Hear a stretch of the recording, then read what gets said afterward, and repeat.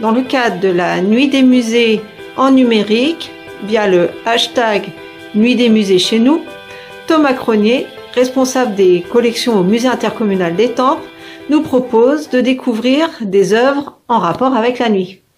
Et donc pour ces œuvres en rapport avec la nuit, pour la Nuit des musées 2020, Nuit des musées un peu particulière, nous vous proposons, j'ai envie de dire encore et toujours, notre éternel Narcisse Bercher, à qui nous avons consacré toute une série d'expositions l'année dernière dans le cadre du bicentenaire de sa naissance.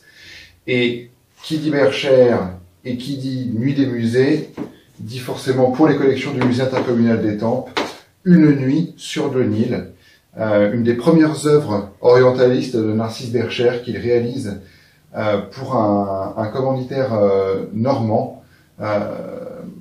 Cette œuvre, donc représentant ces felouks sur le Nil, et qui représente dans toute la sérénité d'une nuit étoilée orientale.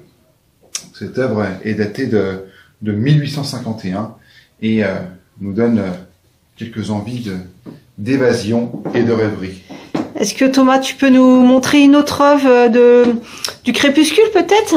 Alors justement, deuxième œuvre en rapport avec la nuit, celle du crépuscule, les colosses de Memnon, donc qui se trouve dans la plaine de Thèbes, et que Bercher représente ici ces deux monuments antiques au crépuscule, avec cette nuée d'ibis qui s'envolent.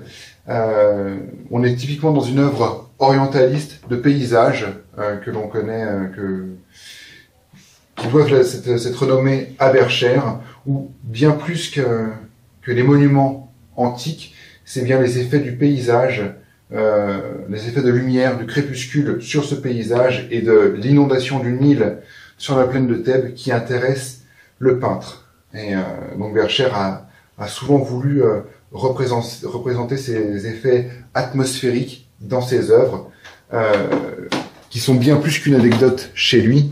Au contraire, l'anecdote ici, ce sont ces deux colosses de Memnon, dont le reflet dans le Nil est bien plus intéressant que les colosses eux-mêmes. Cette œuvre a été réalisée en 1856, présentée au salon de 1859, mais réalisée en 1856, consécutivement au second voyage de Bercher en Égypte, où il avait remonté le Nil en compagnie d'Auguste Bartholdi et de Jean-Léon Gérôme. Très bien, merci Thomas pour cette découverte et retrouvez-nous sur le hashtag Nuit des musées chez nous. À bientôt.